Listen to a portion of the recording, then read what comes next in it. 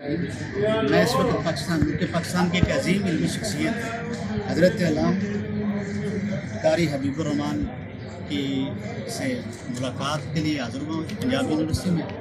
اور چلتے چلتے راہ جاتے ہوئے تو آپ کا اسٹال نظر آیا تو میں نے دیکھا کہ آپ کا کام اور آپ کا نام ملک پاکستان کی تاریخ میں لکھا جائے گا. ماشاءاللہ حضرت علامہ، آپ کو یہ پہلے تو آپ اپنا تعارف کروائیے گا کہ آپ کا نام پورا کیا ہے؟ میں ہوں قاری حبیب الرحمان قریشی اور میں نے 40-45 سال اردو زبان میں کاپیوں کا کاروبار کیا ہے. بہرحال یہ قرآن مجید کا ایک کوئی کام یہ ازل سے شروع سے میرے دل میں تھا. اس میں میری والدہ کی کوشش اور میرے والد محترم کی جو حلال رزق تھے اس کی برکات سے میں قرآن مجید کی طرف آیا. بہرحال قرآن مجید کی طرف آنے سے پہلے میں کافی عرصہ یعنی میری عمر اس وقت 75 ہے اور میں نے 77 کی جو تحریک تھی اس میں حصہ لیا اور اس کے بعد میں نے یہ فیصلہ کیا کہ ہم نے سیاست میں نے نہیں جانا، میں نے قرآن مجید پہ کام کرنا ہے. اور اس کے بعد پھر میں نے 84 میں ڈاکٹر اسرار احمد صاحب کو جوائن کیا. میں نے 25 سال ان کی خدمت کی اور ان کا جو کہنا تھا کہ جب تک آپ عربی گرامر نہیں پڑھتے اس وقت تک آپ کو قرآن مجید کا فہم نصیب نہیں ہوگا. حضرت آپ کی پیدائش اور خاندانی تھوڑا سا شارٹ. میری پیدائش تو سن 50 کی ہے، پارٹیشن کے فوراً بعد پاکستان میں. ہاں جی، پاکستان کے حضرت کون سے شہر؟ مری میں ہوئی تھی. میرے والد آرمی میں تھے، آرمی ایجوکیشن افسر تھے وہ. چونکہ ان کی ٹرانسفریں ہوتی رہی اور ہم پورا ملک پھرتے رہے. سن 65 کی جو جنگ تھی وہ ہم نے ڈھاکہ میں دیکھی اور المیہ میرے ساتھ یہ ہوا کہ جس شہر میں بھی تبدیلی ہوتی وہاں ایک سال بھی مارا جاتا اور ایک سال اس دن زبان سمجھ آتی. مثال کے طور پر ایک ملتان گئے یا کراچی گئے تو زبان بھی بدل گئی، سلیبس بھی بدل گیا اور ایک سال بھی میں اپنی پڑھائی کے اعتبار سے پیچھے چلا گیا. لیکن الحمدللہ 70 میں نے FSC کی ہے اور اچھے نمبروں میں کی ہے. لیکن اللہ تعالیٰ نے مجھ سے کوئی کام لینا تھا اور میں اس کام کے لیے اپنے آپ کو اللہ تعالیٰ کے حضور میں نے خود پیش کیا اور اس کو میں نے دل و جان سے کام کیا. لیکن دلچسپ بات یہ ہے کہ جتنی میں نے پڑھی اس کو میں نے لکھا اور میں نے عوام الناس کے لیے لکھا. اچھا، یہ ایک اسکول میں جاتے ہوئے کالج تک پہنچے، آپ کے والد گورنمنٹ آفیسر تھے، تو یہ دینیات کا کیسے آپ کو شوق پیدا ہوا؟ کہ بچپن میں آپ کے اندر دینیات کا ایک جذبہ تھا؟ میری والدہ کی دعائیں تھیں اور میں قرآن مجید کے بغیر میں نے کالج لائف میں بھی کوئی ناول نہیں پڑھا اور کوئی گانے نہیں گائے. اور میری ساری کوشش یہ تھی کہ اسکول کے لیول میں اسکول کی کتابیں پڑھوں گا اور جو فارغ ٹائم ہوگا اس میں قرآن پڑھوں گا. تو یہ ترکیب کیسے بنی؟ کیسے آپ کو یہ جذبہ ملا؟ اس میں کسی نے آپ کو فورس کیا، مجبور کیا، یا اندر کا آپ کی ایمانی طاقت نے؟ اصل بات یہ ہے کہ ایک حدیث ہمیں ملتی ہے، خیرکم من تعلم القرآن وعلمہ، تم میں سے بہترین وہ ہیں جو قرآن سیکھے اور سکھائیں. اور اس قرآن مجید کو یاد رکھنے کے حوالے سے ایک دوسری حدیث ملتی ہے، بلغوا عنی ولو آیہ. جب تک آپ اس کو آگے نہیں پہنچاتے اس وقت تک آپ اس کو یعنی تازہ نہیں رکھ سکتے. حضرت میں آپ سے سوال پوچھوں گا، یہ قرآن مجید کا سٹارٹ آپ نے کتنا عرصے لیا اور یہ آپ نے اتنی بکس لکھ دی قرآن مجید کی، یہ پوری جو آپ نے ڈکشنری مرتب کر دی، سیگا ہائے جیسے یا فالو یا فالان یا فالونا، یہ واحد تثنیہ اور جمع، یہ عربی ایک ہماری زبان بھی نہیں ہے اور قرآن مجید تو عربی طریقے سے نازل ہوا ہے.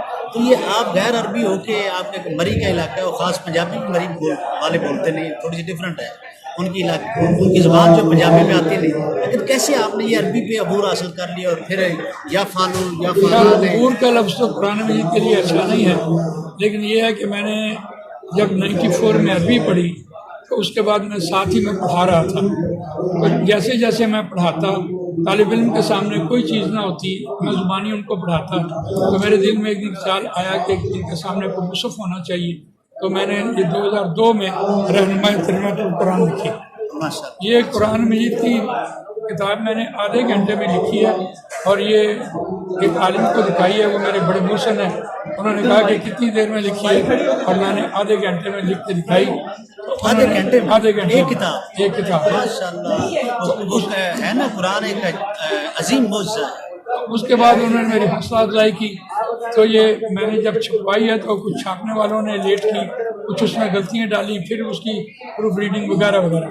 تو یہ میں نے 2002 میں لکھی تھی، اور پھر ڈاکٹر اسرار احمد صاحب نے اس کی جو اوپننگ ہے اس کی انہوں نے کی تھی، اور جس نے مجھے اس کی تحریک دلائی وہ خانہ کعبہ میں ایک مرتبہ عمرے کے لیے گئے، اور انہوں نے اپنی ٹانگ کعبے کی طرف پھیلائے ہوئے تھے اور سامنے قرآن مجید پڑھے تھے. تو ایک صاحب نے ان کو ٹوکا کہ تم نے یہ کیا کیا، کہ تم ضرور پنجابی لگتے ہو، اردو والے ہو تم. اس نے کہا ہاں. تو میں نے کیا کیا، کہتے تم نے تو یہ گستاخی کر دی ہے. انہوں نے کہا میں نے تو کوئی گستاخی نہیں کی. اس وقت وہ کہنے لگے کہ مجھے ابھی آپ یاد آئے ہیں خانہ کعبہ میں، آپ مجھے کہتے تھے کہ قرآن کا ترجمہ پڑھو، اب میں آپ سے یہ کتاب لکھواؤں گا. اور انہوں نے مجھ سے یہ کتاب پھر لکھوائی. ابھی یہ کتاب لکھی ہے، میں نے مسودہ پہلے لکھ کر رکھا ہوا، تو پھر چھاپنے میں ان کی تھوڑی سی مدد تھی. اللہ تعالیٰ ان کو بشنصیب کرے. میں نے اس میں سارے حالات واقعات لکھے ہیں. اچھا، آپ کی کتابوں آج تک کتنی کتابیں قرآنیات پہ آپ کی کتابیں کتنی چھاپی میں ہیں؟ نے قرآن کو سمجھنے کے لیے، قرآنیات پہ میں نے سب سے پہلے ہائے قرآن کے لیے آپ نے کتنی کتابیں آج تک چھاپی؟ یہ ترجمۃ القرآن میری پہلی کتاب تھی. دوسرے میرے یہ قاعدے تھے جو قرآنی قاعدے ہیں، اور اس کے بعد تیسری کتاب میں نے لکھی ہے رہنمائی کلمۃ القرآن.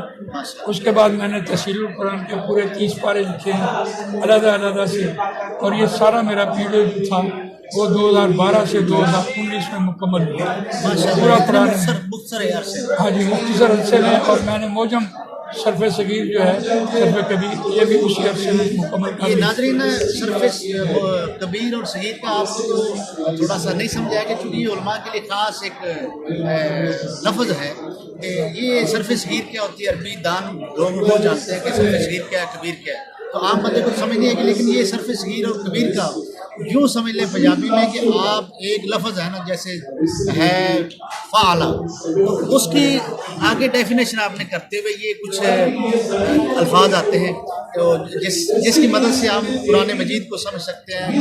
قرآن چونکہ عربی میں میں ہے. نے بہت عرصہ اس کو پڑھانے میں صرف کیا، لیکن ایک اعتبار سے چونکہ میری جو تعلیم ہے وہ فصیح تھی، اور اس کے بعد میری 4 ماہ کی ایک کورس تھا، اور جو میں نے علامہ اقبال اوپن یونیورسٹی سے ایک پاس کیا امتحان، تو اس میں میں اول تھا.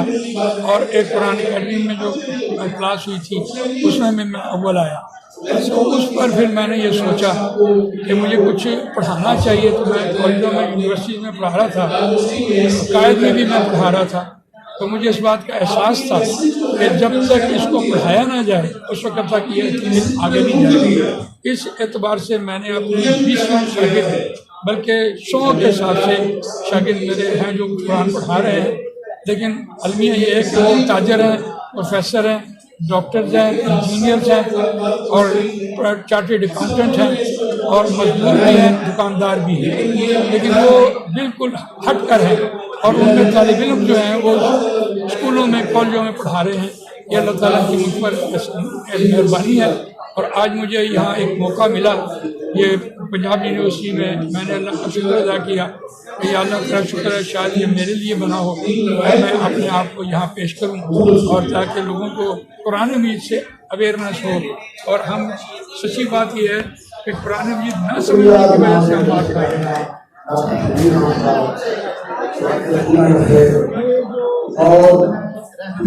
ہمارے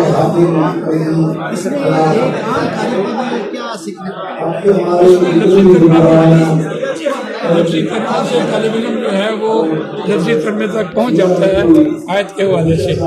اس میں صرف ایک لفظ کے بارے میں نے نہیں لکھا بلکہ پوری عبارت لکھی ہے تاکہ وہ عبارت پڑھنے والا بھی. دوسرا سوال میرا یہ ہے کہ وہ جو صرف صغیر جو ہے اور کبیر جو ہے یہ آپ کی کتاب ہے، اس میں ایک قرآن کا طالب علم کیا سیکھ سکتا ہے دوسرے کتاب سے؟ یہ اصولی طور پر مادہ ہوتا ہے، اس مادے سے ہی آگے سلسلہ بنتا ہے. سچی بات یہ ہے کہ کائنات میں اللہ تعالیٰ نے ہر چیز کا مادہ بنایا، جیسا اس کا را مٹیریل ہوگا ویسے اس کی برگ و بہار ہوگی. جتنا آپ جس قسم کا آپ را مٹیریل ڈالیں گے تو یہ را مٹیریل جو ہے اس کا مادہ ہوتا ہے، اس کی بنیاد پر ہم نے اس کو صرف صغیر اور کبیر کے دوسرا وجہ میرا سے. سوال یہ ہے کہ آپ نے یہ تو صرفی ترکیب ہوگی، سیگا ہائے قرآنی ہوگی، اور نحوی ترکیب کے پہ آپ نے کچھ لکھا ہے؟ نحوی ترکیب میں میری اتنی مہارت ہے اللہ کی مہربانی سے کہ مجھے یہ پتہ ہے کہ یہ جو آوازیں ہیں یہ ہماری حرکات جو ہیں یہ وہی کی آواز ہے. اور اس کے لیے میں یہ دلیل دیتا ہوں کہ کوئی چائنا میں ہو، جاپان میں ہو، فرانس میں ہو، اٹلی میں ہو، تو جب وہ قرآن پڑھیں گے تو سیم پڑھیں گے، بلا شبہ ان کی زبانیں سمجھ نہیں آئیں گی. لیکن قرآن مجید زبر کی آواز، زیر کی آواز، پیش کی آواز یہ محفوظ آوازیں ہیں. لیکن جب ہم اس کے اعراب کی طرف جاتے ہیں تو اعراب کو ہم دیکھتے ہیں تو اعراب سے ہم قرآن مجید کا ترجمہ سمجھتے ہیں، اس سے ہم رفع نصبی اور جری پڑھاتے ہیں. مدارس میں رفع نصبی جری پڑھایا جاتا ہے، لیکن میں اس کو کہتا ہوں آپ فاعلی مفعولی اضافی پڑھائیں. مفعول جو ہوتا ہے اس کے بغیر کوئی کام نہیں ہوتا. تو جب آپ یہ مفعول ایک طرف آپ دو اصطلاحات بولتے ہیں، ایک فرائض بولتے ہیں، دوسرا حقوق بولتے ہیں، تو فرائض مفعول ہیں. اگر مفعول کام نہیں کرے گا، اپنا فرض ادا نہیں کرے گا تو وہ حق اپنا کیسے لے گا؟